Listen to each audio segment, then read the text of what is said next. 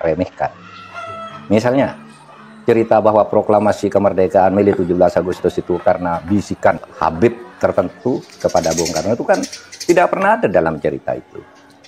Semua yang menulis selama ini, Bung Karno pulang dari Dalat dijanjikan kemerdekaan, lalu terjadi sini tarik menarik antara pejuang. Yang satu ingin merdeka secepatnya, yang satu menunda sesuai dengan persetujuan Jepang. Sampai Bung Karno diculik. Tanggal 16 itu diculik, nggak ketemu Habib. Diculik oleh pemuda itu, dibawa ke Rengas Dengklok. Pokoknya merdeka sekarang, kata Bung Karno ntar dulu, gitu. Akhirnya sesudah itu malamnya rapat di rumah Laksamana Maeda. Laksamana Maeda itu adalah Dandim lah, Dandim kota Batavia, tapi angkatan laut kan, karena di Batavia. Dandim Batavia kalau itu.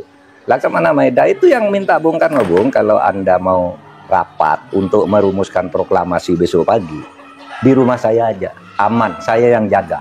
Bukan Habib, nggak ada Habib. Cerita Habib ini nggak pernah ada di dalam sejarah, kecuali dulu menjadi Usman Yahya itu menjadi muftinya Belanda, yang mengharamkan kita melawan Belanda. Justru itu Habib yang jelas itu tertulis dalam sejarah. Kalau Habib berbisik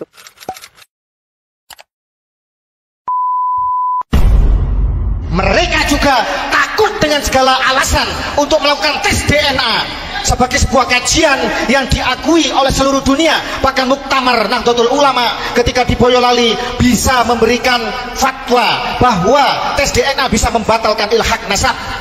Tetapi anehnya justru ada dari oknum PBNU yang justru memframing bahwa tes DNA adalah tidak presisi dan lain sebagainya. Walaupun mental budak itu jangan keterlaluan. Ingat muasis kita, ingat Mbah Hasyim Asy'ari, ingat Syekh Nawawi Al-Bantani, ingat Syekhona Khalil Bangkalan, ingat penghulu datuk kita Wali Songo yang telah dengan seluruh jiwa raga, darah, harta, nyawa, keringatnya digunakan untuk membangun peradaban Islam di Nusantara. Saudara-saudara sekalian, Pak Alwi juga tidak bisa menghadirkan bukti isbat nasab dari negara leluhurnya. Hingga detik ini hanya berkelit saja. Mana kalau benar keturunan keluarga zuriyah Nabi dari Yaman, hadirkan isbat nasab dari Yaman.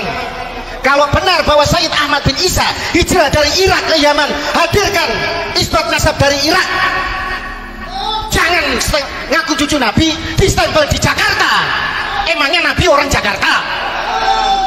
Emangnya leluhur Nabi awal-awalnya tersebar di Jakarta? Mikir para muhibbin, Anda sedang diperbudak. Sadarlah Anda. Kalau tidak, nanti seluruh generasi cucu Anda akan menjadi budak selamanya dari orang palsu yang ingin menjajah dan membelokkan sejarah leluhur kita di Nusantara. Seluruh rakyat harus membuka matanya. Banyak ratusan makam-makam yang telah diakui oleh orang-orang Yaman, terutama Habaib Alwi. Ini kejahatan yang sangat brutal di Nusantara, saudara-saudara sekalian. Bagaimana keluarga Hamengkubuwono diaku sebagai bin Yahya? KRT Sumodiningrat jelas makamnya telah dirubah menjadi bin Yahya. Kemarin di Nitian, Alap-Alap Mataram. Kemudian keluarga kita dari keluarga Hamengkubuwono, dari para aktivis pecinta budaya PSN di Yogyakarta, Laskar Mataram, menertibkan makam putra dari Panembahan Senopati di Nitian Jogja menjadi Al-Idrus. Ini bukan Al-Idrus, ini Gedabrus ini namanya. Kita berhak marah. Tidak ada kompromi bagi para penyamun, para rampok yang ingin mengacak-acak rumah kita. Setuju? Kita punya rumah sudah damai, sudah baik, makmur. Datang orang pendatang, kemudian duduk, kata orang Jawa, medingkrang, tidak sopan. Kemudian foto dari kakek kita diganti namanya. Kemudian mohon maaf, ada yang istrinya direbut, ada yang anaknya direbut dengan klaim palsu bahwa mereka cucu Nabi. Tidak ada kompromi. Hajar! Revolusi harus segera bangkit. Kalau tidak, mau kita dijajah keturunan kita. Kapan lagi? Sekarang saatnya, saudara-saudara. Ini kemarahan dari kami, warga Keraton, warga dari Trah Mataram, dari Trah Banten, Trah Madura. Banyak di Madura makam yang dibelokkan juga. Di Bali, Wali Pitu diklaim menjadi Pak Alwi. Al-Qadri diklaim menjadi Pak Alwi. Ada Kesultanan Mempawah, putra raja tidak punya rumah, kontrak-kontrak. Ini miris. Jogja sebagai yang berjasa di dalam pendirian NKRI termasuk serangan umum tahun 49 mau diotak-atik keistimewaannya. Bagaimana Darul Hasimi punya Habib Lutfi bin Yahya telah meracuni Keraton Yogyakarta, dan alhamdulillah keluarga Keraton Yogyakarta bersuara lantang. Gusti Pangeran Haryo Adip Pangeran Yudoningrat berteriak lantang, kemudian diputus setelah itu oleh Sultan dan Pangulon Keraton Yogyakarta Hadiningrat.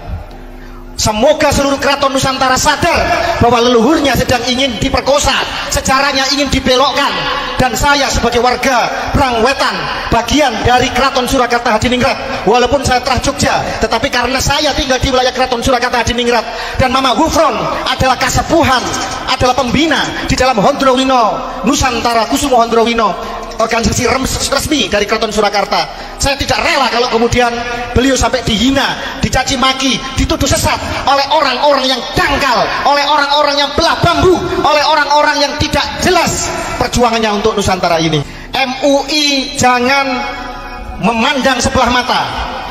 MUI jangan hanya tanggap ketika Ajinomoto dianggap haram, kemudian setelah itu audiensi kemudian menjadi halal. MUI jangan menutup mata dengan banyaknya pembelokan sejarah, makam-makam yang telah dibelokkan menjadi orang Yaman yang sebenarnya baru datang pupuk bawang di Nusantara, mau mengajak-ajak Islam di Nusantara. MUI jangan diam saja ketika di dalam kitab manakib mereka yang resmi, datuk mereka mengklaim mi'raj 70 kali dalam semalam. Ini menodai, ini jelas-jelas melecehkan, merendahkan Nabi besar kita Muhammad SAW. MUI jangan diam saja ketika mereka membuat cerita-cerita halu, membelokkan kisah para wali-wali. Keluarga Wali Songo dibelokkan menjadi Yamani, padahal isbat nasab kita, tes DNA kita jelas tidak ada urusannya dengan Yaman. Rukun iman ada 7, tidak perlu haji, cukup ketarim. Ini lucu Nusantara penuh dengan kejayaan, masa dibandingkan dengan sebuah kota yang gersang, yang tidak ada jejak peradaban sejarahnya dalam dunia Islam. Mohon maaf, banyak literatur mengatakan bahwa Hadramut dan Tarim yang mereka bangga-banggakan bukan bagian dari Yaman di masa Nabi. Yang dimaksud Yaman adalah Yaman Utara di masa Nabi. Sebagaimana ketika Quran menyebut Rum, itu adalah Romawi Timur, Bizantium yang beribu kota di Konstantinopel, bukan Romawi Barat yang telah runtuh 1 abad sebelum Nabi dilahirkan yang beribu kota di Roma. Sekarang karena penjajahan, karena pembelok, karena faktor geopolitik, kemudian akhirnya Hadramut dan sekitarnya menjadi Yaman Selatan. Padahal dulu di zaman Nabi mereka bukan Yaman. Hadramut ya Hadramut, Yaman ya Yaman. Ini penyesatan model seperti ini sebenarnya sudah saya kupas tuntas dalam banyak tulisan saya, saudara-saudara sekalian. Jadi MUI sekali lagi jangan belah bambu, jangan pilih kasih, jangan tebang pilih. Kalau Mama Gufron yang bicara dengan semut dianggap sesat, bagaimana yang mi'raj 70 kali dalam semalam? Rukun iman ada 7, haji ditarim bisa memadamkan api neraka. Ini narasi yang jahat, doktrin perbudakan spiritual yang mengakibatkan kapitalisme agama, dan korbannya adalah warga bangsa pribumi Nusantara. Dan NU jangan diam saja, jangan menjadi mental budak. NU dengan seluruh muasisnya adalah para pejuang, para pemimpin besar, seorang yang alim tadi sudah dikupas bahwa NU lah yang menyelamatkan Mbak Alwi dari deportasi. Karena jelas mereka tidak ada jejaknya pada tanggal 28 Oktober 1928 Sumpah Pemuda. Tidak ada jejak mereka di dalam 10 November 1945 Hari Pahlawan. Di dalam Hari Santri Resolusi Jihad juga tidak ada. Di dalam PPKI Persiapan Kemerdekaan Indonesia tidak ada. Di dalam revolusi menghadapi penjajah Belanda, agresi militer pertama, kedua juga tidak ada. Tiba-tiba sekarang merah putih dari mereka, hari kemerdekaan dari mereka, lagu kebangsaan dari mereka, kata Tabul Akbar, saudara-saudara sekalian. Dan ini jangan diam saja, para sejarawan juga sudah mengupas ini. Jangan karena tersandera oleh kepentingan politik, jangan karena punya besan, punya guru, dari kalangan mereka kemudian diam saja. Masalah nasab, klaim sebagai cucu Nabi tidak ada urusannya dengan ilmu dan makom. Yang berguru kepada Pak Alwi boleh? Boleh. Berguru pada siapa saja boleh. Sampai ke negeri Cina kalau perlu. Tetapi urusan kesucian nasab Nabi tidak ada kompromi. Tidak ada kata seinci pun kita mundur dan harus mau dibelokkan dengan klaim sesat, dengan pembelokan-pembelokan yang tidak jelas. Kitab nasab zaman tidak ada. Tes DNA gagal total. Apa perlu kita ungkap hasil tes DNA mereka? Kita membiayai kok mereka. Banyak Pak Alwi baik yang sebenarnya sadar, yang sebenarnya ingin integrasi menjadi bagian integral tak terpisahkan dari kebinekaan kita. Mereka juga resah dengan kejahatan dari klaim mereka yang menjual agama, yang masih mengkapitalisasi agama. Apa perlu kita buka hasil tes DNA mereka?